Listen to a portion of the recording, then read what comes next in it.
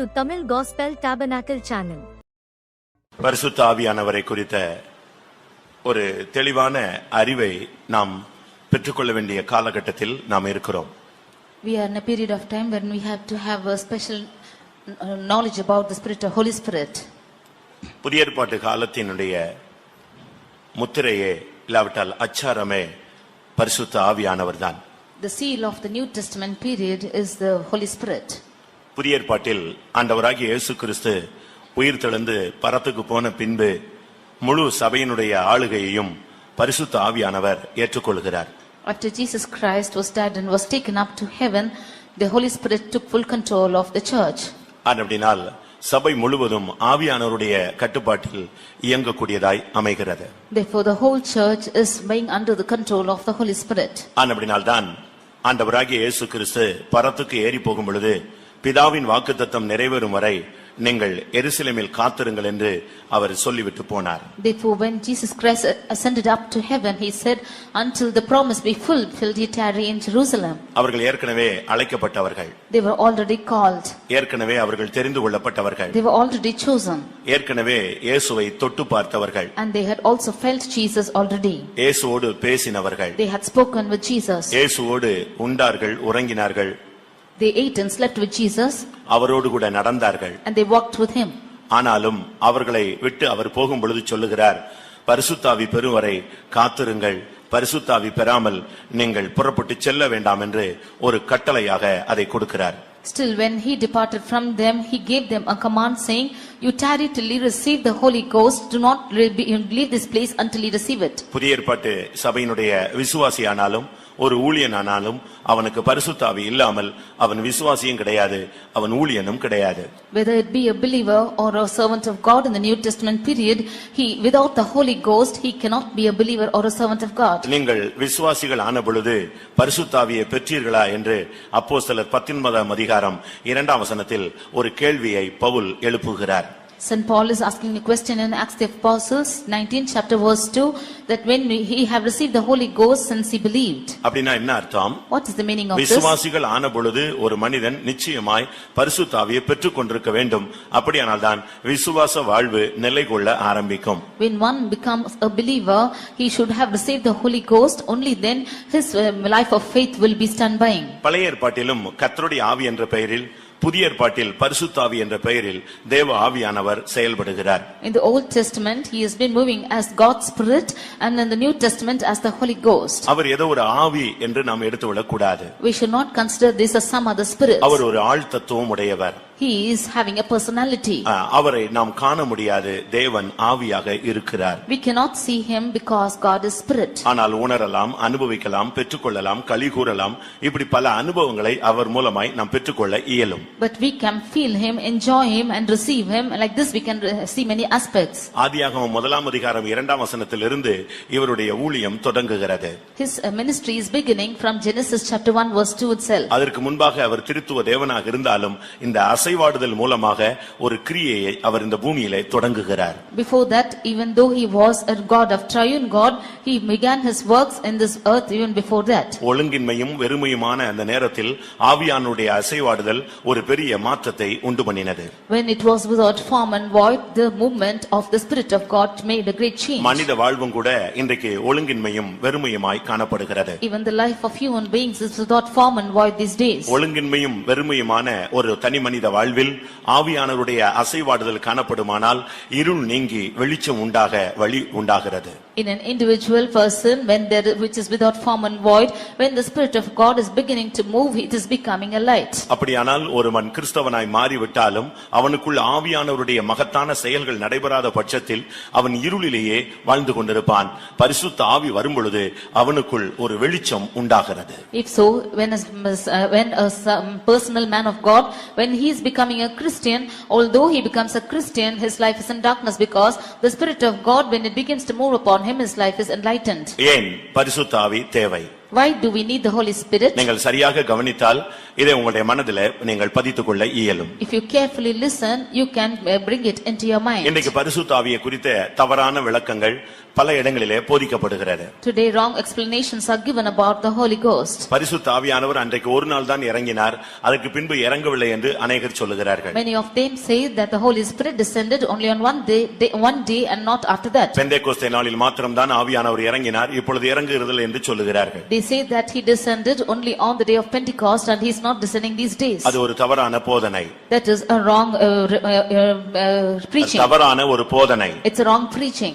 இன்னொரு விதத்திலே பார்க்கும் பொழுது, if you see in another angle, பரிசுத்த ஆவியானவர் இறங்குவார், ஆனால் இப்படி கத்த வேண்டியதில்லை, சத்தம் போட வேண்டியதில்லை, அந்நிய பாஷை பேச வேண்டியதில்லை, பரிசுத்த ஆவியின் வரத்தை பெற்றால் போதும் என்கிற இன்னொரு போதனையும் கிறிஸ்தவ உலகில் நிலவுகிறது. There is another teaching in the Christian world saying that the Holy Ghost will descend, but you need not shout like this and you need not scream like this. அதற்கும் சில வசனங்களை அவர்கள் எடுத்துக்கொள்கிறார்கள். Even for that they take evidences of verses.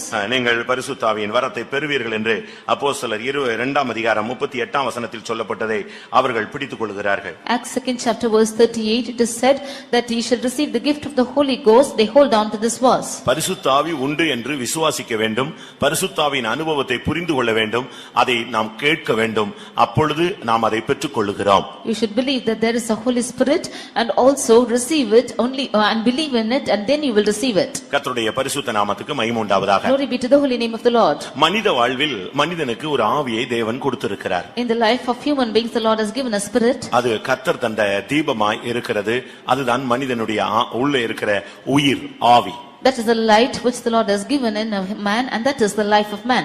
இதற்குள்ளாக தேவன் வந்து இந்த மனிதன உயிரை இல்லாவிட்டால் மனிதனுடைய ஆத்துமாவை அவர் ஆளுகை செய்ய விரும்பினார், அதுதான் தேவனுடைய திட்டமாக இருந்தது. But even this God wanted to rule man, and that was the plan of God. ஆனால் மனிதனோ அநேக உபாய தந்திரங்களை தெரிந்து கொண்டு தேவனுடைய திட்டத்தை சிதைத்து விட்டான். But man chose many of his own things and he destroyed the plan of God. இப்பொழுது அவனுக்குள்ளே அவனுடைய வாழ்வில் அவனுடைய ஊழியங்களில் அவனுடைய ஒவ்வொரு பகுதிகளிலும் பலவிதமான அந்நிய ஆவிகளுடைய தாக்குதலை நாம் காண்கிறோம். But now we see that he has been attacked by many alien spirits in his life. ஒவ்வொரு குடும்பமும் பலவிதமான வல்லமைகளினால் தாக்கப்படுகிறது. Every family has been attacked by some spirit. ஒவ்வொரு சமுதாயமும் பலவிதமான ஆவிகளால் தாக்கப்படுகிறது. Every society has been attacked by spirits. ஒவ்வொரு தேசமும் பலவிதமான ஆவிகளில் ஆட்கொள்ளப்படுகிறது. Every nation is being controlled by some spirit. வேத வசனத்தின்படி பார்க்கும் பொழுது ஒவ்வொரு தேசத்தையும் ஒவ்வொரு கிராமத்தையும் ஒவ்வொரு ஊர்களையும் ஒவ்வொரு ஆவிகள் கட்டுப்படுத்துகிறதாக நாம் வேத வசனத்தில் விளங்கிக் கொள்ள இயலும். On the basis of the word of God we see that every village, every town and city has been controlled by some spirit. இந்த ஆவிகளுடைய தாக்குதல் தேசங்களில் பெருகும் பொழுது யுத்தங்கள் பெருகுகிறது. When the attack of these spirits are increasing in the land, there is wars. இந்த ஆவிகளுடைய தாக்குதல் சமுதாயங்களுக்குள்ளே வரும் பொழுது இன கலவரங்கள் உண்டாகிறது. When these attack of spirits is found in societies, the people are going on into revolutions. இந்த ஆவி ஒவ்வொரு குடும்பங்களுக்குள் வரும் பொழுது குடும்பங்கள் சிதறடிக்கப்படுகிறது. When these spirits are coming into families, the families are being scattered. ஒரு தனிமனித வாழ்வில் அது புகுந்து விடும் பொழுது அவன் தற்கொலையை நாட ஆரம்பிக்கிறான். When it enters into an individual person, he is seeking for suicide. இப்படிப்பட்ட பலவிதமான ஆவிகளை நாம் பூமியிலே பல குடும்பங்களில் இந்த கூட்டத்தில் இருக்கிற அநேகருக்குள்ள கூட அப்படிப்பட்ட தாக்குதல்கள் வேதனைகளை நாம் உணர இயலும். We can see the attack of the spirits in many of the families, even in the people who are gathered here we can see these spirits. அந்த ஆவிகளுடைய சில தாக்குதல்களை நான் உங்களுக்கு சொல்லுகிறேன். I'd like to state of the attack of these spirits. நீங்கள் பரிசுத்த ஆவியை பெறும்படியாக வந்திருக்கலாம். You have come to receive the Holy Spirit. அதில் நிரப்பப்படும்படியாகவும் வந்திருக்கலாம். You might come on to fill it. அது நல்லது. It's good. ஆனால் ஏற்கனவே ஒரு ஆவி உனக்குள் இருக்கிறதே, அது வெளியே போக வேண்டியது அவசியம் அல்லவா? But the spirit which is in you already should go out of you. அதையும் வைத்துக்கொண்டு இதையும் வைத்துக்கொண்டிருந்தால் அது சரியல்ல. Keeping that and this also it's not right. இந்த வல்லமையை நீங்கள் துரத்த வேண்டும், இந்த வல்லமையை நீங்கள் அழிக்க வேண்டும். அப்படிப்பட்ட ஒரு தெய்வீக சக்தியை இந்த கூட்டங்களில் நீங்கள் பெற்றுக்கொள்ளவும் வேண்டும். You should chase the spirit and destroy the spirit. In order to destroy it, you should receive a divine power. நியாயாதிபதிகள் 9 அதிகாரத்தை நாம் பார்க்கும் பொழுது, when we read in Judges chapter 9, அங்கே ஒரு ஆவியை குறித்து வேதம் சொல்லுகிறது. we read of a spirit here. 9 அதிகாரம் 23 வசனத்திலே பொல்லாப்பை உண்டு பண்ணும் ஒரு ஆவி. 9:23 we see an evil spirit which is working. அத பெரிய மனுஷர்களுக்கும் அங்கே இருக்கிற மற்றவர்களுக்கும் கூட அது ஒரு டிவிஷனை உண்டாக்கி விடுகிறது. It was moving with this division among those people. பிரிவினையை உண்டாக்குவது. It is creating divisions. இது வல்லரசுகளை கூட ஆளுகை செய்கிறதை நாம் பார்க்கலாம். It is even controlling every great nation. British அரசாங்கம் இந்த உலகத்திலே பல தேசங்களை ஆளுகை செய்ததை நீங்கள் பார்க்கலாம். You would have seen that the British government have been ruling the whole of the world. அவருடைய கான்செப்ட் என்ன? What were this concept? Divide and rule. divide and rule. அதாவது பிரித்து ஆளும் சூழ்ச்சி. That is, you will have to divide and then rule. அவங்க ஆளுகை செய்வாங்க, ஆனா பிரித்து விட்டுட்டு போயிடுவாங்க. They will rule, but they will divide and go. அதனால தான் இந்தியாவுக்கு சுதந்திரம் கொடுக்கும் பொழுது அவங்க பாகிஸ்தான் என்கிற ஒரு நாட்டை அவர்கள் பிரித்து விட்டு அவர்கள் சென்றார்கள். ஏனென்றால் அவங்களுடைய கான்செப்டே பிரித்து ஆளுகிற ஒரு சூழ்ச்சி. That is why when they wanted to give freedom to India, they wanted to divide, and that is why they divided Pakistan. இதுதான் இன்றைக்கு குடும்பங்களுக்குள்ளே, சபைகளுக்குள்ளே, ஜனங்களுக்குள்ளே, சமுதாயங்களுக்குள்ளே மிகப்பெரிய ஒரு சக்தியாக போராடுகிறது. இது நியாயாதிபதி 9:23 இனம் காணப்பட்டது. This is what has been prevailing in every individual person, in families and cities and states and so on. This is what we being spotted out in Judges 8:23. கருத்து வேறுபாடுகளை உண்டு பண்ணுதல். This is causing a division of mind.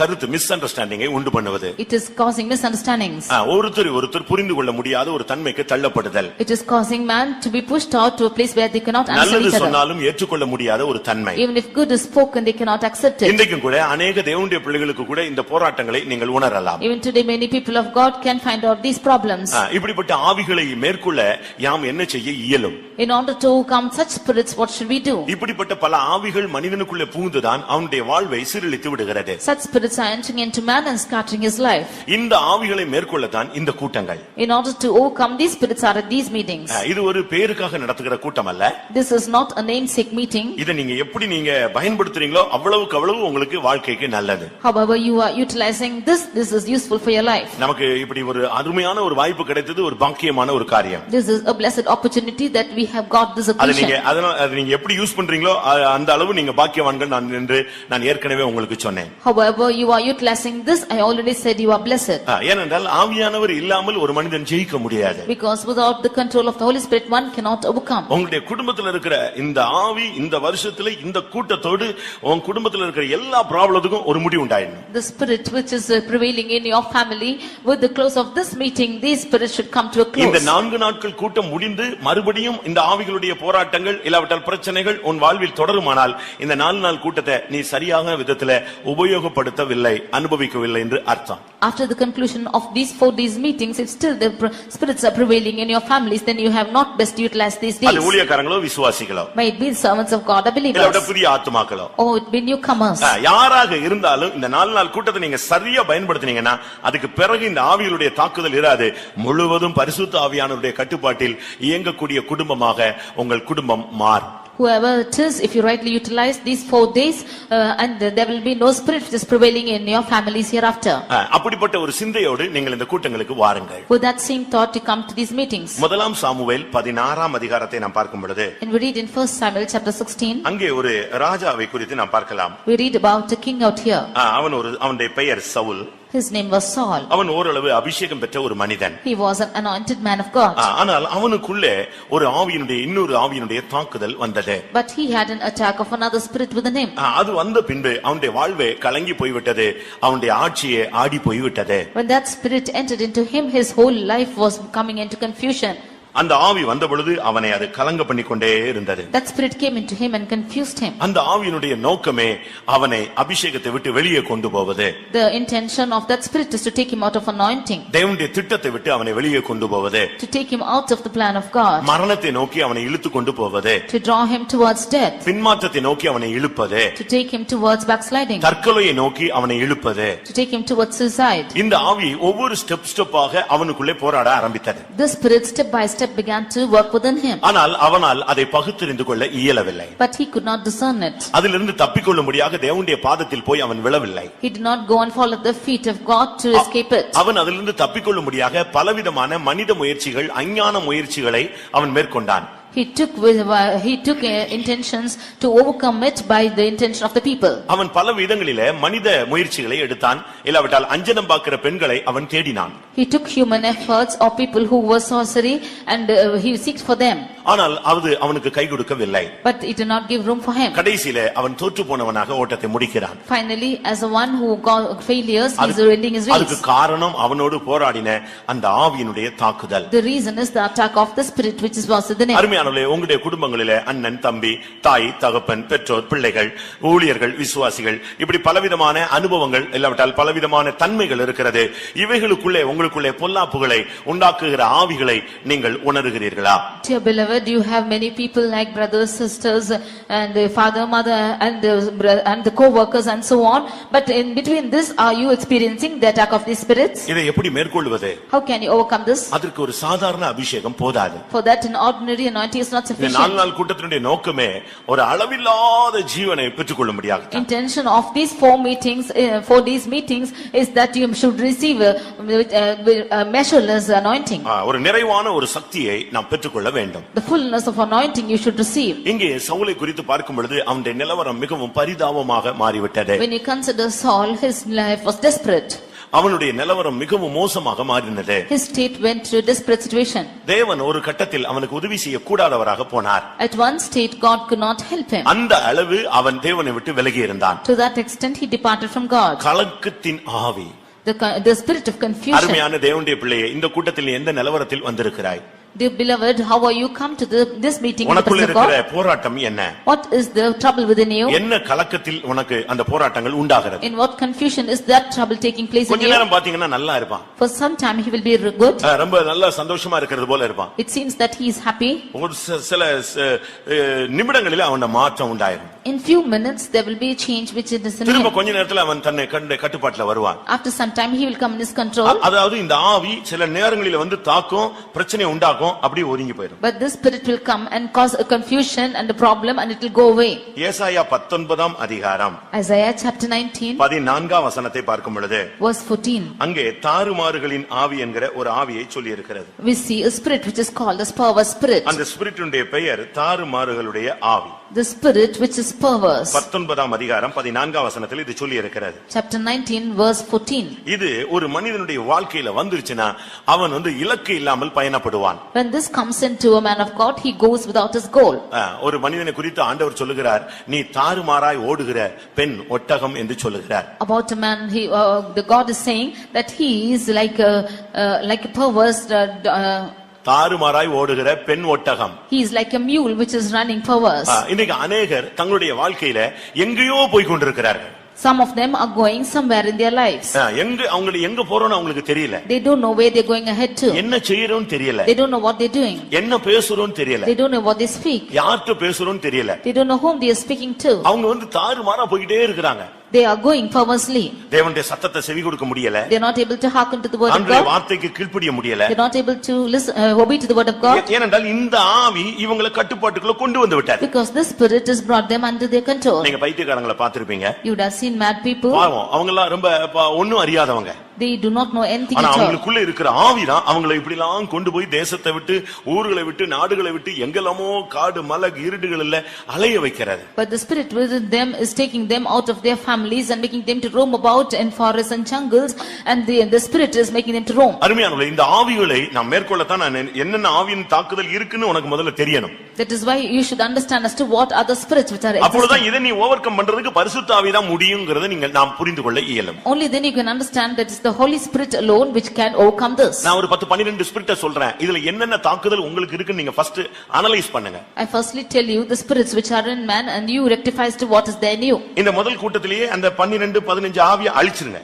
You destroy all the 15-16 spirits with the first meeting அப்ப அடுத்த itself. கூட்டத்துல உங்களுக்கு வருகிறத நீங்க catch பண்ணிட்டே இருக்கலாம். தேவனிடத்துல இருந்து வர்றத நீங்க பெற்றுக்கொண்டே வரலாம். Then you can hold on to what God is sending to you from the next meeting. இத நீங்க கிளியர் பண்ணாத பட்சத்துல நீங்க அபிஷேகத்துல நிரம்பினது போல இருக்கும். 2 in 1 தான் வர்க் பண்ணிட்டே இருப்பீங்க. If you would not clear this aspect, then you will get filled in the spirit, but you will work in 2 aspects. அப்படினா என்ன? What is the meaning of கொஞ்ச that? நேரம் ஆவியில் நிறைஞ்ச மாதிரி இருக்கும். கூட்டம் முடிஞ்சு போன உடனே சண்டை போட்ட மாதிரி இருக்கும். For some time you will get filled in the spirit, and after the close of the meeting you will go and fight. ஒரு குழப்பமான ஒரு வாழ்க்கையை நீங்க வாழ்ந்துகிட்டே இருப்பீங்க. You will lead a life of confusion. இங்க இருக்கும்போது ஒரு பெரிய செயின்ட் மாதிரி இருக்கும். வீட்டுக்கு போன உடனே பைத்தியக்கார மாதிரி இருக்கும். You will seem to be a saint out here, but at home you will be a mad person. நம்ம இங்க இருந்து ஆவியில் நிரம்பறதுக்கு வீட்ல போய் நம்ம பேசுறதுக்கு சம்பந்தமே இருக்காது. ரொம்ப வித்தியாசமா. இவெல்லாம் நீங்க ஜெபிச்சிட்டு வந்தீங்களா, ஏன் இப்படி இருக்கீங்க அப்படினு क्वेश्चन எழுமோ. ஏன்னா நமக்குள்ள ரெண்டு ஆவி வேலை செய்யுது. There will be no connection with you getting filled in the spirit out here. When you go back home you will seem to be different spirit, because there is 2 spirits which is working in you. 95% கிறிஸ்தவனுக்குள்ள இப்படி தான் போராட்டம் இருக்குது. Out of 95% Christians this struggle is there. 1 Samuel First Samuel 18 அதிகாரம் chapter 18 10 வசனம். verse 10. மறுநாளிலே தேவனால் விடப்பட்ட பொல்லாத ஆவி சவுலின் மேல் இறங்கிற்று. The next morning the evil spirit from God came upon Saul. அவன் வீட்டிற்குள்ளே தீர்க்கதரிசனம் சொல்லிக் கொண்டிருந்தான். And he prophesied in the midst of his house. எப்படி இந்த வசனத்தை பாத்தீங்களா? See what verse is this? ஒரே வசனம். It's only one verse. அடுத்த வார்த்தைகளை நீங்க பாருங்க. You can see the words which is பொல்லாத ஆவி சவுலின் மேல் இறங்கிற்று. The evil spirit descended upon Saul. அடுத்த வார்த்தை சொல்லுது அவன் வீட்டுக்குள் தீர்க்கதரிசனம் சொல்லிக் கொண்டிருந்தான். Next verse is the word it says that he prophesied in the midst of Saul. ஆவி இறங்கி கலங்கி ஈட்டி எடுத்து இன்னொருத்த மேல எரிஞ்சிட்டு என் பிள்ளையே நான் உன்னோடு கூட இருக்கிறேன். எப்படி இருக்கும்? அது எப்படி இருக்கும்னு யோசிச்சு பாருங்க. When the evil spirit is descending upon him and he's throwing his javelin towards another person, he's prophesying that my children I am in your midst. எப்படி இருக்கும்னு பாருங்க. See how it will be? நல்ல ஆவில எரிஞ்சிட்டு வீட்ல போய் பயங்கரமா சண்டைய போட்டு கலப்பி போட்டு குழப்பிடுவான். அவனுக்கு தெரியல இந்த 2 in 1 ரெண்டு ஆவியும் வர்க் பண்ணுது 50-50 வர்க் பண்ணுதுன்னு இவனுக்கு தெரியல. Getting filled well in the spirit, he goes home and fights, and he's not realizing that there are two spirits which is working in him 50-50. முடிவில பாத்தீங்கன்னா அந்த கலக்கற ஆவி அவனை வின் பண்ணிருச்சு. Finally the spirit which is confusing him wins him. இதுக்கு தான் நாங்க இன்னைக்கு என்ன சொல்றோம்னா பரிசுத்த ஆவியை கரெக்ட்டா நிறைவா பெற்றுக்கோ.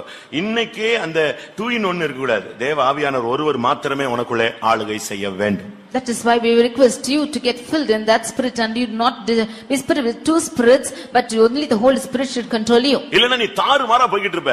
ஒரு உன் மைண்ட்ல என்ன இருக்குன்னா பரலோகத்துக்கு போற மாதிரி இருக்கும்.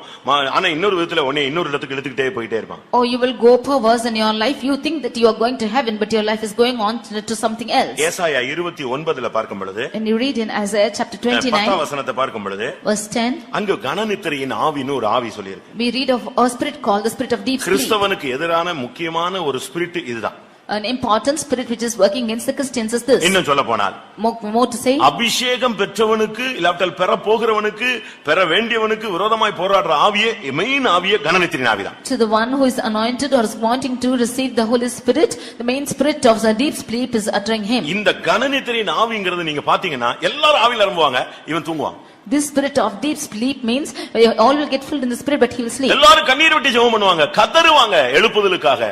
ஆனா ஒரு கூட்டம் அப்படியே இந்த ஆவி எப்ப வந்து இவன் மேல வரும்னே தெரியாது, அப்படியே அவனை silent ஆக்கிடும். All of them will cry out for a great revival, but he does not know when that sleep is coming. He will become silent. நல்லா ஜெபிப்பேன்னு சொல்லி இன்னைக்கு தீர்மானம் எடுத்துட்டு போவீங்க. You will make a determination that you will pray well. இந்த ஆவி வரும் பொழுது உனக்கு அந்த ஜெப நேரம் எல்லாம் முடியற வரைக்கும் உன்னை தூங்க வச்சிட்டே இருப்பான். When that spirit comes into you, that spirit will make you to sleep until the prayer is over. இது அநேகருக்குள்ள பயங்கரமான தாக்கத்தையும் தீங்கையும் உண்டாக்கக்கூடிய ஒரு ஆவி. This is a spirit which is causing danger into many of them. மெசேஜை கேட்க விடாது. It will not allow them to hear the message.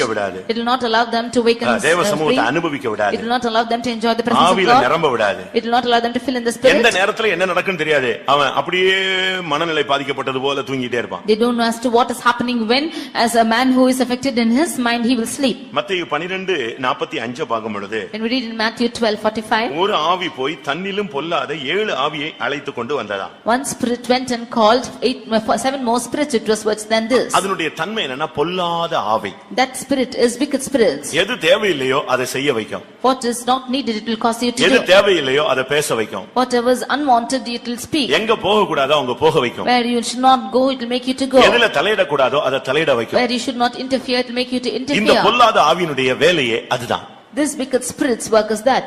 அது வந்து ஒரு மனிதனுக்குள்ள வந்துருச்சுன்னு சொன்னா அவன் வீடு எவ்வளவுதான் பெருக்கி இருந்தாலும் ஜோடிக்கப்பட்டிருந்தாலும் ஆவியானவர் அருள் இல்லாத பட்சத்தில் இந்த ஆவி அவனுடைய வாழ்வை அஸ்தமனமாக்கி விடும். When the spirit is coming into a person's life, however he might live, if he is not having the help of the Holy Ghost, this life will make him to go descend. அந்த வீடு வெறுமையாக ஜோடிக்கப்பட்டதாக பெருக்கப்பட்டதாக இருந்தது. That house was adorned and it was swept. ஆனா இந்த ஆவி வந்தபோது, but when the spirit came, மறுபடியும் அது பிசாசின் அசுத்தாவியின் காவல் வீடாக மாறிவிட்டது. again it became the place of the wicked spirits. அது இது எதை காண்பிக்கிறது? What does this show?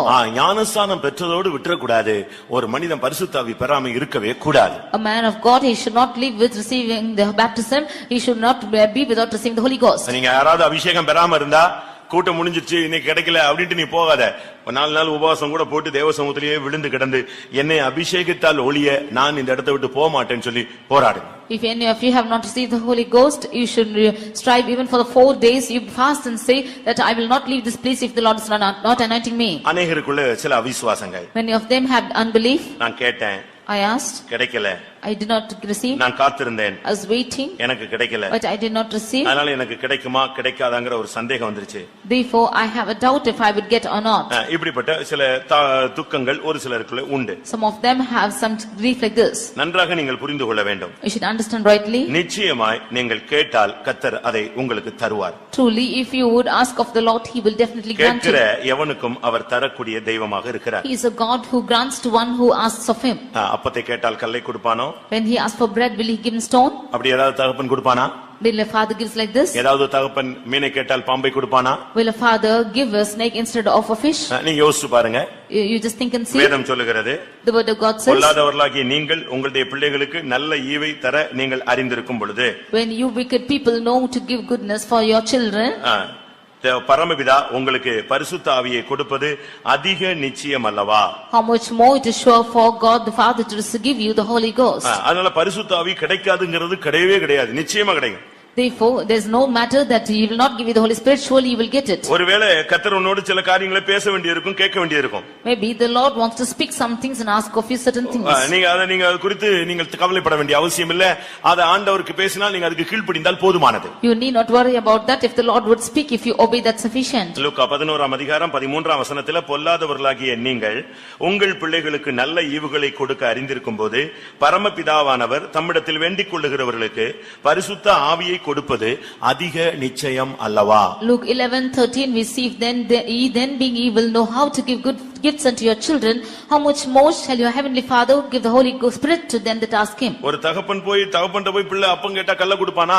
When a child goes and asks the father bread, will he give him மீனை stone? கேட்டால் பாம்பை கொடுப்பானா? When he asks for fish, will he give him serpent? முட்டையை கேட்டால் தேளை கொடுப்பானா? When he asks for egg, will he give him a scorpion? இல்லவே இல்லை. It's not so. அப்படியானால் பரமபிதா வேண்டிக் கொள்ளுகிறவர்களுக்கு பரிசுத்த ஆவியை தருவது அதிக நிச்சயம். If so, how much more the heavenly Father is able to give the Holy Spirit to them. அதனால கிடைக்காது கிடைக்கல இப்படிப்பட்ட தன்மையில அவிசுவாசத்துக்கு நீங்க இடம் கொடுக்க வேண்டாம். இன்னைக்கு கர்த்தர் எனக்கு அதை தருவார் என்று நான் விசுவாசிக்கிறேன். Therefore do not give room for unbelief that you will not receive or he will not give, but you should believe that he will surely give. இன்னைக்கு அநேகருக்கு தேவன் இந்த வாக்குத்தத்தத்தை நிறைவேற்ற போகிறார். God is going to fulfill this promise in many of them. பிதாவின் வாக்குத்தத்தம் அநேகருக்குள்ளே இந்த மாலை வேளையிலே நிறைவேற்றப்பட போகிறது. The Father's promise is going to be fulfilled in many of them this evening. Mark 5:2 பார்க்கும் பொழுது அசுத்த ஆவி. When we read in Mark 5:2, we see of an unclean spirit. அசுத்த ஆவிகளுக்கு பலவிதமான பெயர்கள் இருக்கிறது. There are many names given to unclean spirits. அதெல்லாம் ஒவ்வொண்ணா நான் சொல்லிட்டே வரேன். I will cite of them one by one. இது ஜீவியத்தை அசுத்தமாக்குகிறது. This is making life unclean. அதனால தான் தேவ ஆவியானவருக்கு பெயர் பரிசுத்த ஆவியானவர். Therefore the Holy Spirit of God is called as the Holy Spirit. ஒரு மனிதன் அசுத்தமாய் அவனுடைய வாழ்வை சீர்குலைத்த அந்த ஆவியை அழித்து அவனை பரிசுத்தவானாய் மாற்றக்கூடிய பரிசுத்த ஆவியானவர். Destroying the unclean spirit which is tormenting a man, the Holy Spirit is working that making me holy. அப்படினால் இதிலிருந்து என்ன விளங்கிக் கொள்கிறோம்? அசுத்தத்தை நீக்க பரிசுத்த ஆவியானவருக்கு மாத்திரமே முடியும். Therefore from this we understand that uncleanness can be cast out by the Holy Spirit alone. மத்தேயு 12:22 பார்க்கும் பொழுது, Matthew 12:22, சரீரத்திலே ஒரு பாதிப்பை அந்த வல்லமை உண்டாக்கி விட்டது. that spirit is causing an effect in the body. அது என்ன செய்திருந்தது? What does it do? அந்த மகனை ஊமையும் குருடுமாக மாற்றி வைத்தது. It is making that son to be blind and dumb. எவ்வளவு வல்லமையாக அந்த ஆவி அவனை தாக்கி இருக்கிறது என்று பாருங்க. See how powerfully this spirit has attacked him. குருடும் ஊமையுமாய் ஒரு மனிதனை மாற்றி விட்டது. It is causing a man to be blind and dumb. உங்களுடைய சரீரங்களில் கூட சில பாதிப்புகளுக்கு காரணம் பிசாசுகளே. Even there are some effects in your body because of Satan. நீங்க நினைக்கிறீங்க ஏதோ ஒரு சரீரத்தில் உள்ள பலவீனம் அப்படின்னு யோசிக்கிறீங்க. You think that it is some weakness in your body. அது குறைவு இது குறைவு அதனால அந்த சத்து குறைவு இந்த சத்து குறைவுன்னு நீங்க மெடிக்கல் சயின்ஸ் தான் யூஸ் பண்ணி நீங்க பாக்குறீங்க. You are using medical sciences of the deficit which is caused in your body. ஆனா அந்த பார்வையை கெடுத்தது ஒரு ஆவி. But it is a spirit which is causing blindness. அவனை பேச விடாம தடுத்தது ஒரு ஆவி. It's a spirit which is causing him not to speak. இன்னைக்கு ஏன் உங்களால சுவிசேஷம் சொல்ல முடியல? Why are you not able to declare the gospel today? ஏன் உங்களில் அநேகருக்கு ஜெபம் பண்ண முடியல? Why are many of you not able to pray? உங்களில் அநேகருக்கு ஏன் துதிக்க முடியல? Why are many of you not able to praise God? நீங்க என்ன நினைக்கிறீங்க? What do you think of this? அதனுடைய காரணத்தை நீங்க சரியான விதத்துல புரிந்து கொண்டால் அது பிசாசு என்பதை நீங்கள் கண்டுபிடிப்பீர்கள். If you understand the right reason of this, you can understand it is Satan. அதுதான் உங்களை ஊமையா மாத்துது. That is what making you dumb. ஸ்தோத்திரம் பண்ணுவோம் அப்படினா போதும் எல்லாம் அப்படியே இந்த ஒரு உதடு கூட அசையாது. அப்படி இறுக்கி பிடிச்சு வச்சிருக்கோம். ஏன்னா வேற ஒரு ஸ்பிரிட் இருக்கு. ஏன்னா இவன் மைண்ட் வேற இடத்துல போயிட்டே இருக்கு. When we ask to praise God, then you hold on to your lips tightly like that because your mind is going on somewhere else. அவன் ஊமை அல்ல. He is not dumb. ஊமையாய் அவனை மாற்றி இருக்கிறார். It's causing him to be dumb. கர்த்தருடைய வார்த்தையை சொல்ல முடியாது. That not to be able to declare the word of God. சுவிசேஷத்தை சொல்ல இயலாது. Not able to declare the gospel. சத்தியத்தை சொல்ல முடியாது. Not able to declare the truth. ஜெபிக்க இயலாது. Not able to pray. கர்த்தரை துதிக்க இயலாது. Not able to praise God. இது எல்லாமே ஒரு ஆவியினுடைய போராட்டங்கள். All these are attacks of the spirit. இன்னொரு விதத்துல பார்த்தா அவனை குருடாக மாற்றி வைத்திருந்தது. On the other angle, you can see that it is turned him blind. அவனுக்கு பயங்கர துக்கம், தன்னால பார்க்க முடியலன்னு சொல்லி. He is more grieved that he is not able to see. இது ஸ்பிரிச்சுவல் அப்படி நம்ம எடுத்து பார்த்தோம் சொன்னா, when we take this in our spiritual life, அது தரிசனத்தை கெடுக்கக்கூடிய ஒரு தன்மை. it is a tendency of spoiling visions. இன்னைக்கு अनेகருக்கு விஷனே இல்ல. Today many of them have no vision. முந்தைய நாட்கள் அப்படி அல்ல. But the days before it was not so. ஒரு 5 minutes நம்ம ஒரு பாரத்தோடு ஜெபித்தா உடனே தரிசனம் கிடைக்கும். when you would pray with a burden, you will have a vision. அப்போ இப்போ நம்ம அதுல வளர்ச்சி அடைந்திருந்தா ஒரு நிமிஷம் ஜெபிச்சாலே நமக்கு கிடைக்கணும். But now if we have to have the growth, if you pray for a minute, you should receive it. இல்ல கண்ணை மூடினாலே நமக்கு கிடைக்கணும். Or when you close your eyes, you can get it. அதுதான் அதனுடைய developing. That is its development. ஆனா அது அந்த நிலவரம் இன்னைக்கு अनेகருக்கு இல்ல. But today many of the attitude is not so. நீங்க நினைக்கிறீங்க வருஷம் போன உடனே இதெல்லாம் மறைஞ்சிடும்னு. You might think that many years have gone by and கிடையவே கிடையாது. கிடையவே கிடையாது. This is not so. நாட்கள் போக போக உன்னுடைய வல்லமையும் வரங்களும் பிரகாசிக்கத்தான் வேண்டுமே தவிர இருளடைந்து போக கூடாது. As days goes by, your gifts and talents should brighten, but should not go dark. இயேசு சொல்கிறார், உன்னில் உள்ள வெளிச்சம் இருள் ஆகாதபடி நீ எச்சரிக்கையா இரு என்று சொல்கிறார். Jesus says, you be aware that the light which is in you be not darkened. இந்த ஆவியினுடைய தாக்குதல் அந்த அவனை குருடாக்கிச்சு. The attack of the spirit made that person blind. தேவனே முன்னால வந்து நின்னால அவனுக்கு புரியாது. Even if God should stand for him, he cannot understand. ஒரு குருடனை கர்த்தர் சேறுண்டாக்கி கண்களில் பூசி சீலோவாம் குளத்திலே போய் கழுவு என்று அனுப்பிவிட்டார். One man of God, the God said, made him a mire out of the clay, and he pasted it upon his eyes and asked him to go wash in the pool of Siloam. அவன் சுகமான பின்பு அவனை துரத்தி விட்டு விட்டார்கள். When he was healed, he was chased away. அவனை சந்திக்க இயேசு சென்றார். And Jesus went to meet him. ஆனா அவனுக்கு இவர்தான் இயேசுன்னு தெரியாது, இவர்தான் தன்னை குணமாக்கின சக்தி உள்ள தெய்வம்னு தெரியாது. But he did not know that this is Jesus and this is the God who is powerful to heal him. அதுபோல like this. ஒரு சிலருக்கு குருடா இருக்கு. இன்னைக்கு பாருங்க, நீங்க தரிசனம் பாருங்களேன். இப்ப இந்த கூட்ட முடிவுக்குள்ள अनेகருக்கு தரிசனம் கிடைக்கும். You see, for today you will many of them will have visions of this meeting. பக்கத்துல உள்ள சகோதரனுக்கு கிடைக்கும், அடுத்தவனுக்கு கிடைக்காது. அப்ப அவனுடைய கண் இன்னும் குருடா இருக்கு, இவனுக்கு கண்ணு பிரகாசிச்சு விட்டது. The brother who is close by, he will get it, but the next one he will not receive because his eyes are blind. என்கிட்ட கர்த்தர் பேசினார்னு சொல்லுவாங்க. Some of them will say that the Lord spoke to me. அது ஒரு சிலர் சொல்லுவாங்க. ஆனா பக்கத்துல தான் ஒருத்தர் உட்கார்ந்து இருப்பாரு, அவர் பெரிய வல்லமை உள்ள ஒரு ஆள் போல இருக்கலாம், ஆனா ஒண்ணுமே இருக்காது. காரணம் அந்த சத்தம் இவனுக்கு கேட்டது, அவனுக்கு கேட்கல. But the next person who is seated nearby him, he will not hear it because that voice was heard only by this person or not that. இந்த ஸ்பிரிட் அவனை செவிடாக்கி விட்டது. This spirit has caused him to be deaf. Mark 9:25 ஊமையும் செவிடுமான ஆவியே என்று ஒரு ஆவியை ஒரு வாலிப பையனுக்குள்ள இருந்து கர்த்தர் துரத்தினார். Mark 9:25 we see a spirit which the Lord chased out of him, that is a dumb and a deaf spirit. இந்த ஆவியுடைய போராட்டங்கள் உங்களுக்குள்ள இருக்கா? Do you have this struggle of the spirit in you? கர்த்தர் என்கிட்ட பேசவே இல்லன்னு சொல்றாங்க. Do you say that the Lord is not speaking to me at all? என்னையில இருந்து கர்த்தர் உன்கிட்ட பேசல. From when did the Lord not speak to you? என்றைக்கு இருந்து கர்த்தர் உன்னோடு இடைபடவில்லை? From when did the Lord not intervene in you? என்றையில இருந்து கர்த்தருடைய சத்தம் உனக்கு கேட்க முடியாமல் போய் விட்டது? From when was the voice of God not heard by you? அவர் பேசுறது இல்லையா? Is he not speaking to you? அவர் பேசுறாரு. He is speaking. அவர் பூமியே கேள், வானங்களே கேளுங்கள்னு சொல்றாரு. He is saying, "Oh earth hear, oh heavens hear." வானம் கேட்கிறது. The heavens are hearing. பூமி கேட்கிறது. Earth is hearing. அவருடைய தூதர்கள் கேட்கிறார்கள். And the angels are hearing. சமுத்திரத்துல இருக்கிற மீனுக்கு போய் கட்டளை கொடுக்கிறார், நீ போய் அந்த மனிதனை விழுங்கி கொண்டு வந்து இந்த நினிவேயிலே கரையிலே துப்புன்னு சொல்றாரு. அது கீழ்ப்படியுது.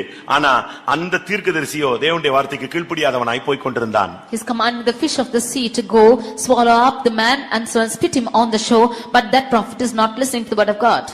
அந்த ஒரு கேரி தாற்றங்கடையில ஒருத்தன் கிடக்குறான், நீ அவனுக்கு போய் காகமே நீ ஆகாரம் கொடுங்கிறார். அந்த காக்கா தன்னை பிரதிஷ்டை பண்ணிக்கொண்டு அவனுக்கு ஆகாரம் கொடுக்கிறது. இவனோ அங்க இருந்து ஒளிந்து சாகும்படியாக வாஞ்சிக்கிறான். He is commanding the ravens and to go and feed the person who is hidden in Brook Cherith, but he is wanting to kill himself. நான் இதிலிருந்து என்ன சொல்ல வருகிறேன்? What do I want to say out of this? இந்த ஆவிகளுடைய போராட்டங்களை மேற்கொள்ள வேண்டுமானால் தேவ ஆவியானவருடைய உதவி இந்த கூட்டங்களில் நமக்கு வர வேண்டியது அவசியம். If you have to overcome the attack of these spirits, the Holy Spirit should descend upon us. ரெண்டு நோக்கத்தோடு நாங்கள் இந்த கூட்டத்தை வைத்திருக்கிறோம். With two purposes we have conducted this meeting. அபிஷேகம் பெறாதவங்களுக்கு நல்ல ஒரு அபிஷேகம் கிடைக்க வேண்டும். For the ones who are not received the Holy Spirit, they should receive a good anointing. இரண்டாவது, அபிஷேகம் பெற்றவங்க ஒரு நிறைவை நோக்கி பயணப்பட வேண்டும். Secondly, those of them who are anointed should go towards perfection. லூக்கா 13:11 பார்க்கும் பொழுது, Luke 13:11 அந்த ஆவி அவளை பலவீனப்படுத்தி வைத்திருந்தது. That spirit made her weak. இன்னைக்கு உங்களுக்குள்ள அநேக சரீரத்துல எனக்குள்ள உங்களுக்குள்ள எல்லாருக்குள்ள அநேகருக்குள்ள பலவீனங்கள் இருக்கு. Today many of them including me and you are all weak. இந்த எலும்புகளுக்குள்ள நரம்புகளுக்குள்ள சதைகளுக்குள்ள கை கால் ஒவ்வொன்றுக்குள்ளும் பலவிதமான பலவீனத்தின் போராட்டங்களை நாம் அனுபவிக்கிறோம். Between the bones, the veins and the flesh and our legs and our hands we can find many struggles within us. ஆனா வேதம் இதை சொல்லுகிறது ஒரு ஆவியின் போராட்டம். But the word of God says that is the spirit of infirmity. இப்படிப்பட்ட ஆவிகள் நமக்குள்ள தாக்குதல் இருக்கிறதா? Dear beloved, do we have the attack of such spirits in us? நம்முடைய வயதுக்கு மிஞ்சின பலவீனங்கள். The spirit, the weakness which is ahead of our age. நமக்கு நல்ல ஆகாரம் இருக்கு ஆனா ரொம்ப பலவீனமா இருக்கிறோம். We will have good food but we will find ourselves weak. நமக்கு வேலைகளே இல்ல ஆனா ரொம்ப பலவீனங்கள் இருக்கிறது. We have no work at all but we are much weaker. இதனுடைய நோக்கங்கள் இதனுடைய காரணம் எல்லாம் நீ கர்த்தருக்காக நின்று விடக் கூடாது என்கிற ஒரு தாக்குதல் தான் இந்த ஆவி செய்கிறது. The reasons of this is the spirit is working that you should not stand firmly for God. இன்னைக்கு அநேகருக்குள்ள அந்தி கிறிஸ்துவின் ஆவிகள் இருக்கிறது. Today many of them are found the spirit of Antichrist. 1 யோவான் 4ஆம் அதிகாரத்தை பார்க்கும் பொழுது In 1 John chapter 4 3ஆம் வசனத்திலே verse 3 சொல்லப்பட்ட அந்தி கிறிஸ்துவின் ஆவி இதுவே என்று அங்கே சொல்லப்பட்டிருக்கிறது. we can see that the spirit which is cited is the spirit of Antichrist. இயேசுவை மனிதன் என்று சொல்லுகிற ஆவி. The spirit which is saying Jesus as man. இயேசுவை ஏற்றுக்கொள்ளாத ஆவி. One who is not accepting Jesus Christ. மாம்சத்தில் வந்த இயேசு கிறிஸ்துவை அறிக்கை பண்ணாத எந்த ஆவியும் அந்தி கிறிஸ்துவின் ஆவி. Any spirit which is not confessing Jesus who came in the flesh is the spirit of Antichrist. இயேசுவை ஒரு மனிதன் தெய்வம்னு ஏத்துக்கலனா அவன் அந்தி கிறிஸ்துவின் ஆவியாலே தாக்கப்பட்டிருக்கிறான். When a man is not accepting Jesus as God, then he is attacked by the spirit of Antichrist. ஒரு சிலருக்குள்ள வஞ்சக ஆவி இருக்கிறது. Some of them are having deceptive spirits. அவங்களுக்கு அந்த சத்திய ஆவி என்ன வஞ்சக ஆவி என்னன்னு தெரியல. They are not able to discern what is the spirit of truth and what is the spirit of deception. தேவனை அறிந்த 1 யோவான் 4ஆம் அதிகாரம் 6ஆம் வசனத்தின்படி According to 1 John chapter 4 verse 6, தேவனை அறிந்தவன் எங்களுக்கு செவி கொடுக்கிறான். he who is knowing God is hearing us. தேவனால் உண்டாயிராதவன் எங்களுக்கு செவி கொடுக்கிறது இல்லை. He who is not of God does not hear us. அப்போஸ்தல உபதேசத்துக்கு ஒரு மனிதன் அப்போஸ்தலருடைய சத்தத்துக்கு ஒருவன் செவி கொடுக்காத பட்சத்தில் அவன் வஞ்சக ஆவிக்கு இடம் கொடுக்கிறான். He who is not giving room for the apostolic doctrine or the spirit of truth, then he is giving for the spirit of error. நீங்க ஆவிகளை சோதித்து அறிய வேண்டும் என்று 1 யோவான் 4:1 பார்க்கிறோம். In 1 John 4:1 1 John 4:1 we see that you should give room to try the spirits. எந்த ஆவிகள் எல்லா ஆவிகளும் தேவனால் உண்டானவைகளா அது என்ன என்பதை நீங்கள் சோதித்து அறியுங்கள் என்று யோவான் பேசுகிறார். You should try out and see as to what the spirits are. That's what St John says. அடுத்து பயமுள்ள ஒரு ஆவி. Nextly fearful spirit. 2 தீமோத்தேயு 1:7 பார்க்கும் பொழுது தேவன் நமக்கு பயமுள்ள ஆவியை கொடுக்கவில்லை. உலகத்தில் இருக்கிறதா பயமுள்ள ஒரு ஆவி. 2 Timothy 1:7 we see that God has not given us the spirit of fear for the spirit of இந்த பயமுள்ள ஆவியினுடைய தாக்குதல் என்ன? What is the attack of the spirit of fear? இருளை கண்டால் பயம். When you see darkness you are afraid. சூழ்நிலைகளை கண்டால் பயம். Looking at the situations you are afraid. அவிசுவாசத்தை உண்டு பண்ணக்கூடிய ஆவி. The spirit which is causing unbelief. பல கேள்விகளை உண்டு பண்ணக்கூடிய ஆவி. This the spirit which is causing many questions. தோல்வி பயம். This the doubt. தன்னை நானே நொந்து கொள்ளுவது. It is accusing one's own self. Inferiority complex னு சொல்வாங்க. This is inferiority complex. தன்னை தானே நொந்து கொண்டு தனக்கு முடியாது இயலாது இப்படியே சொல்லி ஒரு பயத்தின் ஆவி. இது மரண பயத்தின் ஆவி. One is accusing of oneself and saying that it's not possible with him. This is the spirit of death. இப்படிப்பட்ட ஆவிகளுக்கு உங்களுடைய வாழ்க்கையில போராட்டங்கள் இருக்கிறதா? இப்படிப்பட்ட ஆவிகளுடைய போராட்டங்கள் உங்கள் வாழ்வில் காணப்படுகிறதா? Is there the struggle or attack of these spirits in your life? இந்த ஆவிகளுடைய போராட்டங்களை மேற்கொள்ளத்தான் இன்றைக்கு பரிசுத்த ஆவியானவர் வேண்டும் என்று நாங்கள் சொல்லுகிறோம். In order to overcome these attack of these spirits, today we say that we need the Holy Spirit. ஒரு தேவனுடைய பிள்ளை பரிசுத்த ஆவியை சரியான விதத்தில் பெற்றுக்கொள்ள வேண்டும். A child of God should rightly receive the Holy Spirit of God. நான் அதுக்கு சில வசனங்களை சொல்லுகிறேன். அதற்கு பின்பு நாம் எல்லாரும் தேவ வல்லமைக்கு நாம் இடம் கொடுக்க போகிறோம். I'll say certain verses for it and after that we will give room for the power of God. முதலாவது பரிசுத்த ஆவியானவர் திருத்துவத்திலே ஒரு நபர். Firstly, the Holy Spirit of God is one of the triune. தேவன் பிதா என்கிற ஒரு காலகட்டத்திலும் குமாரன் என்ற ஒரு காலகட்டத்திலும் அடுத்த பரிசுத்த ஆவியானவர் என்ற காலகட்டத்திலும் அவர் கிரியை செய்கிறார். God is working as God in a period of time and as the Son in the period of time and another period he is working as the Holy இது Spirit. பரிசுத்த ஆவியானவருடைய ஒரு காலம். This is the period of the Holy Spirit. இவர் உண்டாக்கப்பட்டவர் அல்ல. He is not the one created. பிதாவினிடத்திலிருந்து புறப்படுகிற ஒரு தேவ ஆவியானவர். He is the Spirit of God coming out of God the Father. நான் போய் சத்திய ஆவியாகிய தேற்றரவாளனை நான் கேட்டு பெற்று உங்களுக்கு அனுப்புகிறேன் என்று இயேசு சொன்னார். Jesus said that I will go and ask of the Father for the Spirit of truth and send him to you. அபிஷேகம் பெறாமல் கிறிஸ்தவ வாழ்வில் முன்னேற முடியாது. Without receiving the anointing you cannot progress in the Christian life. ஆவியில் பிறப்பது ஆவியாக இருக்கும். That which is born of the Spirit shall be the Spirit. மாம்சத்தில் பிறப்பது மாம்சமாய் இருக்கும். That which is born of the flesh will be of the flesh. அபிஷேகம் என்பது புதிய ஏற்பாட்டுக்கு முக்கியமான ஒரு அனுபவம். Anointing is most important in the New Testament அதே period. எபேசியர் 4ஆம் அதிகாரம் 30ஆம் வசனத்திலே பார்க்கும் பொழுது That when we see in Ephesians chapter 4 verse அதே 30, பரிசுத்த ஆவியின் முத்திரை என்று சொல்லப்பட்டிருக்கிறது. we see that is the seal of the Holy Spirit. ஒரு காரியத்துக்கு ஒரு அரசு ஒரு காரியம் செய்தால் அதுக்கு ஒரு முத்திரை இடுகிறது. When the government is doing something, it is sealing it. அதுபோல நமக்கும் பரிசுத்த ஆவியானவர் பரலோகத்துக்கு செல்ல நமக்கு ஒரு முத்திரையாக கொடுக்கப்படுகிறார். Like this, the Holy Spirit, in order to go to heaven, is given as a seal to us. மீட்கப்படும் நாளுக்கென்று முத்திரையாக பெற்ற பரிசுத்த ஆவி. The Holy Spirit, which is given to us as seal for the day of redemption. பரிசுத்த ஆவியின் அபிஷேகம் பெற்றவன் தான் முத்திரையிடப்பட்டவன். அவன் மாத்திரமே மீட்கப்பட முடியும், இல்லாவிட்டால் எடுத்துக்கொள்ளப்பட முடியும், இல்லாவிட்டால் முதலாம் உயிர்த்தெழுதலுக்கு பங்குள்ளவனாய் மாற்றப்பட முடியும். Only one who is sealed by the Holy Spirit of God, he can be redeemed or be caught up in his coming or can be partaker of the first. அபிஷேகம் இல்லாமல் விசுவாச வாழ்க்கையை நீங்கள் தொடங்க வேண்டாம். Without anointing, you should not start with your faith life. அபிஷேகம் இல்லாமல் அவசர புத்தியிலே ஊழியம் என்று ஏதாவது ஒரு காரியத்தை நீங்கள் செய்ய வேண்டாம். Without anointing, with the spirit of ministry, do not do anything. அபிஷேகம் இல்லாத விசுவாச வாழ்க்கையும் அபிஷேகம் இல்லாத ஊழியமும் அங்கீகரிக்கப்படாதவைகள். Faith life and ministry without anointing is not acceptable. ரோமருக்கு எழுதின நிருபத்திலே நாம் பார்க்கும் பொழுது When we read in the book of Romans, தேவனுடைய ராஜ்யம் புசிப்பும் குடிப்பும் அல்ல.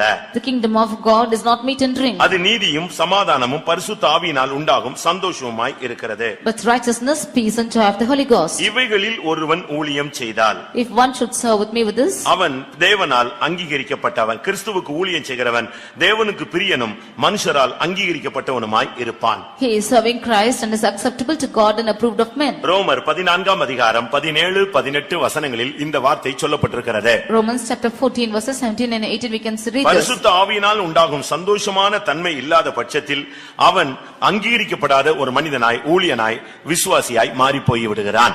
Without the joy in the Holy Ghost, he is becoming one who is not acceptable as a servant of God or a believer. அப்ப பழைய ஏற்பாட்டிலே கர்த்தருடைய ஆவியானவர் என்ன செய்தாரு? In the Old Testament, what did the Holy பழைய Spirit do? ஏற்பாட்டினுடைய அபிஷேகம் சொல்லியிருக்க, புதிய ஏற்பாட்டினுடைய அபிஷேகம் சொல்லிருக்க, இந்த ரெண்டுக்கு உள்ளதான வித்தியாசங்கள் என்ன? The anointing is spoken of in the Old Testament and also in the New Testament. What's the difference between these two? நான் இத ஒரு 5 நிமிஷம் பேசுறேன். I'll speak of this for 5 பழைய minutes. ஏற்பாட்டு அபிஷேகம், புதிய ஏற்பாட்டு அபிஷேகம். The Old Testament anointing and the New Testament நல்லா anointing. நீங்க கவனிச்சீங்கன்னா உங்களுக்கு அப்படியே மைண்ட் தலைக்குள்ள வந்து உட்கார்ந்துக்கும். But if you carefully listen to it, it will come into your தேவனுடைய head. வார்த்தை உன் இருதயத்திலே சிங்காசனம் போட்டு அமர்ந்து விடும். The word of God will take its throne in your heart and be seated. பழைய ஏற்பாட்டிலும் கர்த்தருடைய ஆவியானவர் கிரியை செய்தார். The Holy Spirit of God also worked in the Old ஆனால் அவருடைய Testament. செயல்பாடுகள் வித்தியாசமானவைகள். But his works were different.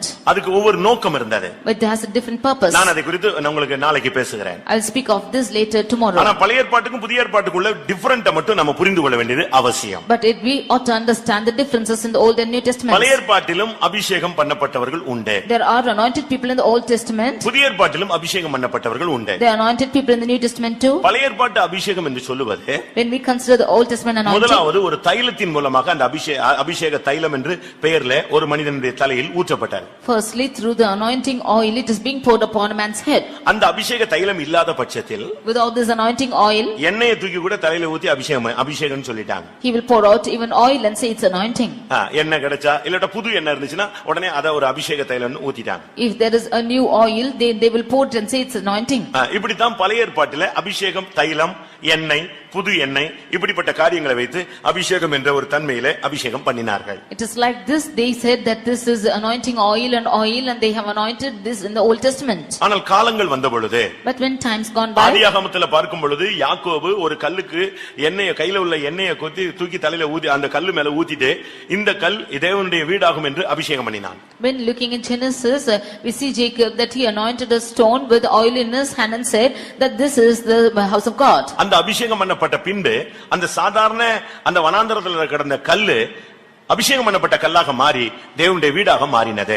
After anointing, the ordinary stone which was in the wilderness, when it was anointed with oil, became the house of God. அதுபோல Like this, வாழ்விலே மாற்றமே இல்லாமல் வனாந்தரமா இருக்கிற உன்னுடைய கல்லை போன்ற ஒரு பாரமான ஒரு தன்மையுள்ள உன்னுடைய வாழ்வு அபிஷேகம் என்கிற தன்மை உனக்குள்ளே வரும் பொழுது உன்னுடைய வாழ்வு ஆலயமாக தேவனுடைய வீடாக ஒரு மகிமையுள்ள ஒரு வாசஸ்தலமாக பெத்தேலாக உன் வாழ்வை தேவன் மாற்ற இயலும். in your life which is found as a wilderness and as a stone, even your your life can be changed by the Holy Spirit of God as Bethel or the house of God.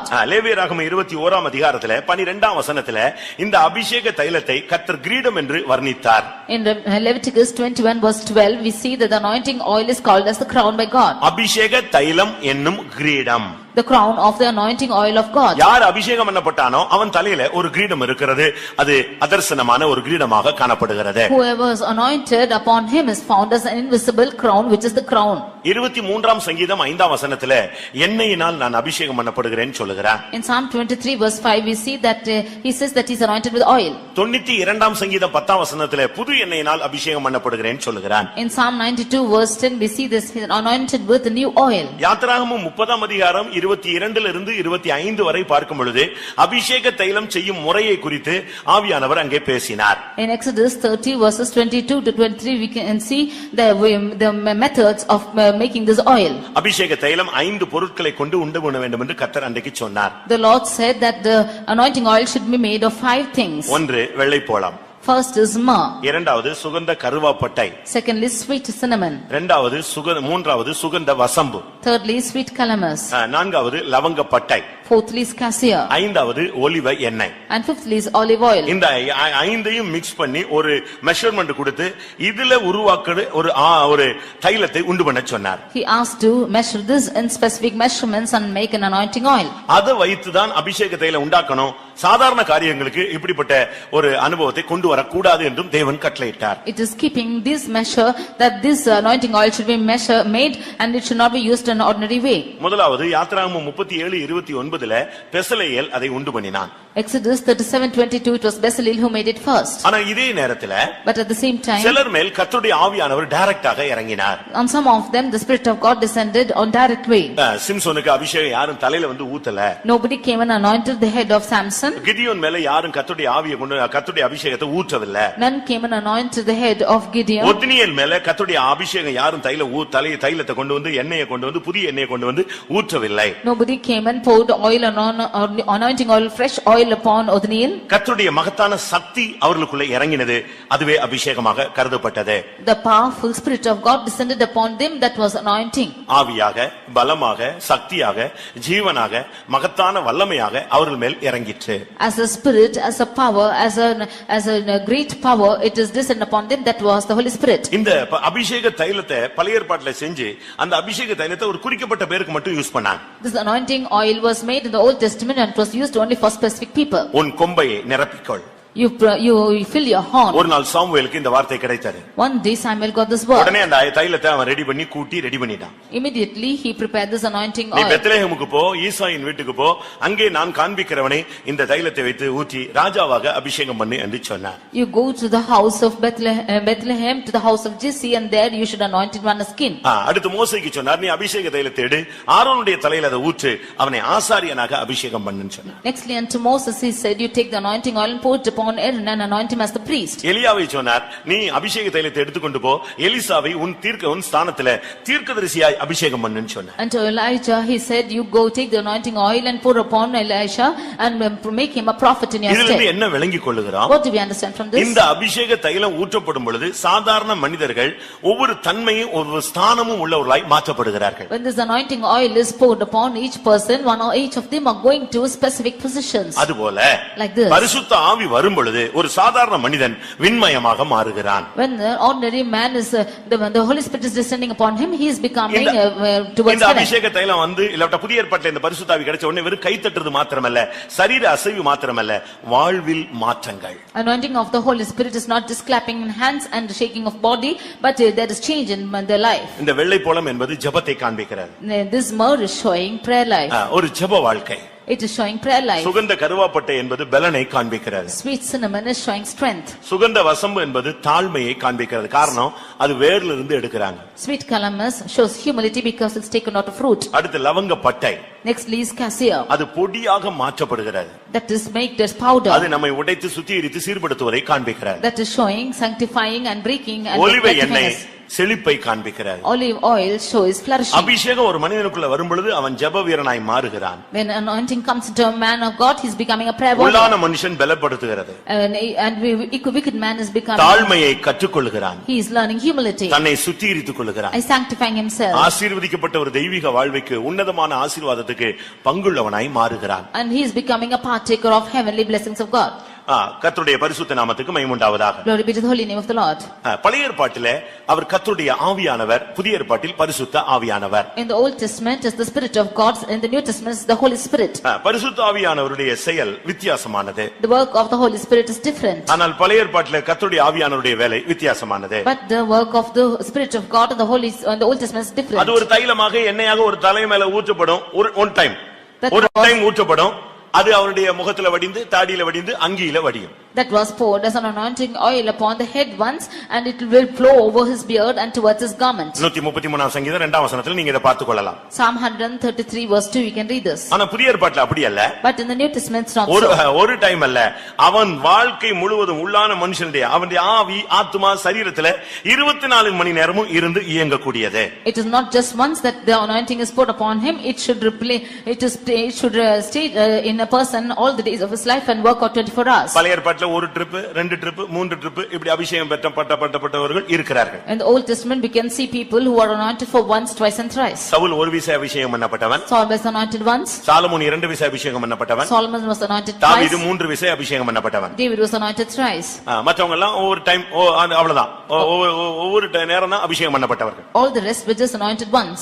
பழைய ஏற்பாட்டிலே இந்த அபிஷேகம் ஒவ்வொருவனையும் ஒரு ஸ்தானத்துல கொண்டு வந்தது. In the Old Testament each of them through this anointing was brought to position. மற்ற யாருக்கும் இந்த அபிஷேகம் கிடையவே கிடையாது. இந்த அபிஷேகத்தை எடுத்து கூட்டவே கூடாது. The rest were not receiving this anointing and this should not be added to. ஆனா புதிய ஏற்பாட்டில் அப்படி அல்ல. மாம்சமான யாவர் மேலும் என் ஆவியை ஊற்றுவேன். But in the New Testament it's not so. Upon all the flesh he will pour out a spirit. பழைய ஏற்பாட்டில் ஒரு நாள் அது ஒரு ஃபங்க்ஷன் மாதிரி நடத்துனாங்க. In the Old Testament it was like a function for one day. முதலாம் ராஜாக்கள் 1 அதிகாரம் 38 இருந்து 40 வரைக்கும் படிச்சு பாத்தீங்கன்னா சாலமோனை அபிஷேகம் பண்றதுக்கு ஒரு பெரிய ஃபங்க்ஷனே நடந்துதான் அபிஷேகம் தலையில அந்த அபிஷேகத்தில ஊற்றப்பட்டது.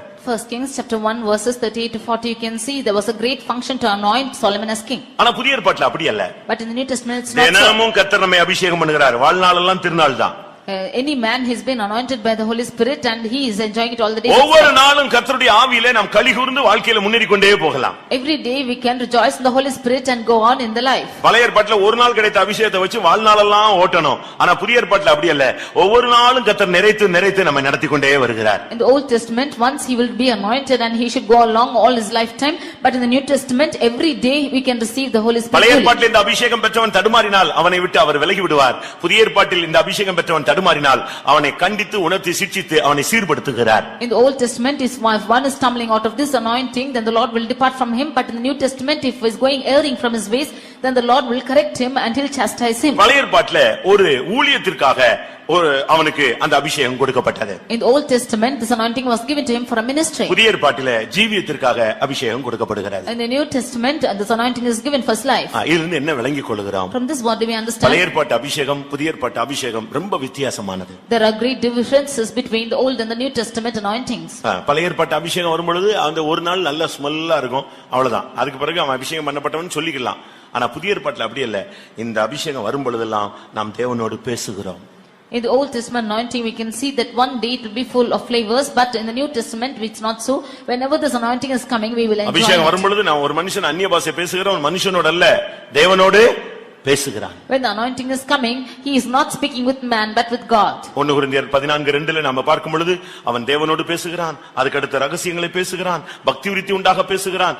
இப்படியே இந்த அந்நிய பாஷையில் அபிஷேகம் பெற்று அவன் தேவனோடு நெருங்கி விடுகிறான். கர்த்தருடைய பரிசுத்த நாமத்துக்கு மகிமை உண்டாவதாக. Glory be to the holy name of the Lord. பழைய ஏற்பாட்டு அனுபவம் ஒரு நாள், ஆனால் இது வாழ்நாள் எல்லாம் கிடைக்கக்கூடிய ஒரு மகிமையான அனுபவம். The Old Testament experiences for just for one day, but this is experienced all the days of his life. உங்களில் எத்தனை பேருக்கு இந்த நாட்களிலே நமக்கு சரியான ஒரு பரிசுத்த ஆவி தேவை என்கிற அறிவு உண்டாயிருக்கிறது? How many of you have the knowledge or understanding that you need the Holy Spirit all the days of your life? இனிமேல் பரிசுத்த ஆவியானவருடைய நேரமாக நாம் கொடுக்கலாம். Hereafter we can give room for the Holy Spirit of God. உங்களுடைய வாழ்க்கையிலே எந்த ஆவியினுடைய தாக்குதல் அதிகமாக இருக்கிறது? Which attack of the Spirit is more in your life? பொல்லாப்பை உண்டாக்கும் ஆவியா? Is the spirit of wickedness? கலக்குற ஆவியா? Is the spirit of confusion? தாறுமாறுகளின் ஆவியா? Is the spirit which is causing வஞ்சக ஆவியா? Is the spirit of deception? விழுந்து போன ஆவியா? Is the spirit which is fallen? கனநித்திரையின் ஆவியா? ஆவியா? Is the spirit of deep sleep? பலவீனத்தின் ஆவியா? Is the spirit of weakness? பின்மாற்றத்தின் ஆவியா? The spirit of backsliding? என்ன ஆவி உங்களுடைய வாழ்க்கையில உங்களை சீர்குலைத்துக் கொண்டிருக்கிறது? Which spirit is causing your life to go? எதுவாக இருந்தாலும் இன்றைக்கு ஆவியானவர் அதை மேற்கொள்ளக்கூடிய ஜீவன் உள்ளவராய் இருக்கிறார். Whichever it is, the Holy Spirit is full of life to make it and live in you from these spirits. யாரும் தயவு செய்து அபிஷேகம் பெறாமல் இந்த கூட்டத்தை விட்டு நீங்கள் எழும்ப வேண்டாம். None of you please get up from this meeting without receiving the anointing of God. ஆண்டவரே, நான் ஒரு சரியான தெய்வீக சக்தியை பெற்றுக்கொள்ளும்படியாக வாஞ்சித்து நான் பயணப்பட்டு வந்திருக்கிறேன். Lord, I have come all along to receive a divine power from you. ஒருவேளை maybe நீங்கள் பரிசுத்த ஆவி பெற்றவர்களாக கூட இருந்திருக்கலாம். you might be the people who are anointed. ஏதாவது ஒரு சூழ்நிலையில அது உங்களை விட்டு விலகி போயிருக்கலாம். Through some situation this would have departed from you. ஆனால் இன்றைக்கு கர்த்தர் ஒரு சரியான ஒரு அபிஷேகத்தின் மூலமாய் நம்மை சந்திக்க விரும்புகிறார். But today with the anointing the Lord wants to meet us. பழைய ஏற்பாட்டில் உள்ள அனுபவத்துக்கும் புதிய ஏற்பாட்டில் உள்ள அனுபவத்துக்கும் ரொம்ப வித்தியாசம் இருக்கிறது. There are great differences between the Old Testament anointing and the New Testament experience. இன்றைக்கு நமக்கு உள்ளேயே அவர் இருந்து நம்மை ஆளுகை செய்கிறார். Today he is reigning within us and he is ruling over us. கர்த்தருடைய பரிசுத்த நாமத்துக்கு மகிமை உண்டாவதாக. Glory be to the holy name of the Lord. உங்களில் எத்தனை பேருக்கு சரியான ஒரு நிறைவான தெய்வீக சக்தி வேண்டும்? அப்படி விரும்புகிறவர்கள் கண்களை மூடுங்கள். How many of you want the fullness divine spirit of God? Those of you desire, close your eyes. ஒருவேளை நீங்க சேர்ல இருக்கலாம், ஒருவேளை உங்களால முழங்கால் பட முடிந்தால் அங்கேயே போடலாம், இல்லாவிட்டால் உள்ளுக்குள்ள இடம் இருக்கிறது, இங்கே வாருங்கள். Maybe you are seated in chairs. If you can kneel down, you can come inside and kneel down too. யாரும் கொஞ்ச நேரம் அங்கங்க பார்க்க வேண்டாம். For some time don't look anywhere else. கொஞ்ச நேரம் நாம் தேவனோடு நெருங்கி வருவோம். For some time let's draw nigh to God. கர்த்தாவே, என்னுடைய வாழ்க்கையில பல ஆவிகளுடைய போராட்டங்களை நான் ஃபீல் பண்றேன். Lord, I feel there are many attack of the spirits in my life. இதனால என்னுடைய வாழ்க்கையில நான் சீரழிந்து போய்விட்டேன். Because of this I am led in a miserable way in my life. என் குடும்பத்துல பிரச்சனைகள். There are confusions in my family. என் ஊழியத்துல பிரச்சனைகள். There are problems in my ministry. என் ஜீவியத்துல பிரச்சனைகள். There are problems in my life. என்னுடைய தொழில்ல பிரச்சனைகள். There are problems in my business. இதுக்கெல்லாம் ஒரே பரிகாரம் உம்முடைய ஆவியினால் எல்லாம் ஆகும் என்று சொல்லி இருக்கிறேன். The only remedy for all this is everything is possible with our spirit. You have ஊழியர்கள் spoken. எல்லாரும் தேவனுடைய வல்லமைக்கு நீங்கள் சரியான விதத்தில் இடம் கொடுங்கள். உங்கள் ஊழியத்தின் பின்னணியில இருக்கிற அசுத்த வல்லமைகள் விழுந்து போகட்டும். All the servants of God give room for the Holy Spirit of God. Let the spirits which are working behind you fall. வாலிபர்கள் கர்த்தருடைய ஆவிக்கு இடம் கொடுங்கள். உலகத்தின் ஆவி உங்களை மேற்கொள்ளாதபடி தேவ ஆவியானவர் உங்களை பலப்படுத்தட்டும். All the youths give room for the Holy Spirit of God, that the spirit of the world does not work in you. May the Holy Spirit. ஒவ்வொரு தாய் தகப்பன்மாரும் தேவனுடைய ஆவிக்கு இடம் கொடுங்கள். உங்கள் குடும்பங்கள் இருக்கிற அசுத்த ஆவிகள் விழுந்து போகட்டும். Every parents give room for the Holy Spirit of God. Let the unclean spirits which is in your house go fall away. நமக்கு ரொம்ப ஷார்ட் டைம் தான். We have only a short time. இந்த ஷார்ட் டைம்ல நீங்க சரியான ஒரு அபிஷேகத்தை பெற்றுக்கொள்ள வேண்டும். Within this short time you should receive a right anointing.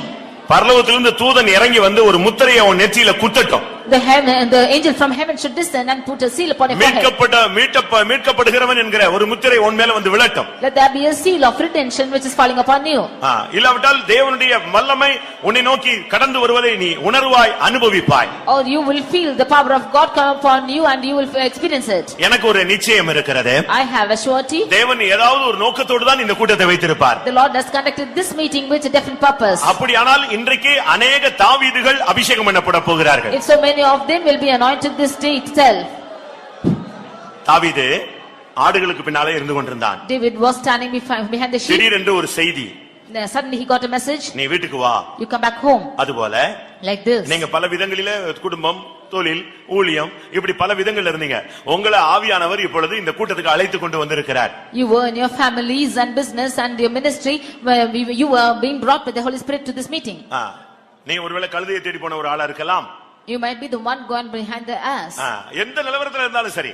You might be in any situation. ஆனா ஒன்று நிச்சயம், நீ வர்றதுக்கு முன்னால அபிஷேக தைலத்தோடு ஒருவர் இங்கே வந்து விட்டார். One thing is sure, before you எத்தனை பேர் விசுவாசிக்கிறீங்க? oil he's come here. என்னை அபிஷேகம் பண்ணும்படியாக அபிஷேக தைலத்தோடு நான் வருவதற்கு முன்பாகவே ஒருவர் வந்து காத்து கொண்டிருக்கிறார். To anoint me, another person is come and is waiting for me that he might anoint me with anointing oil. அந்த நிச்சயம் உள்ளவங்க முழங்கால் படியிடுங்க. All of them who have this surety kneel down. அந்த அபிஷேகம் எனக்கு வேணும்னு நீங்க போராடுங்க. You strive that you might receive the Spirit. கர்த்தாவே, அந்த வல்லமை எனக்குள் தேவை. Lord, I need that power. நீ இப்ப அங்கங்க பார்க்க வேண்டிய நேரம் அல்ல, பேச வேண்டிய நேரமும் அல்ல.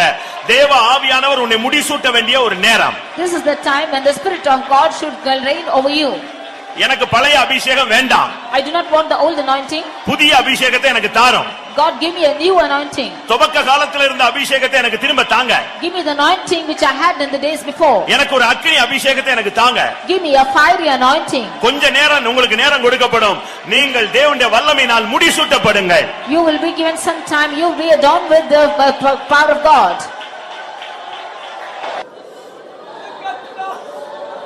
கர்த்தர் உன்னை மன்னிக்கிறவர்.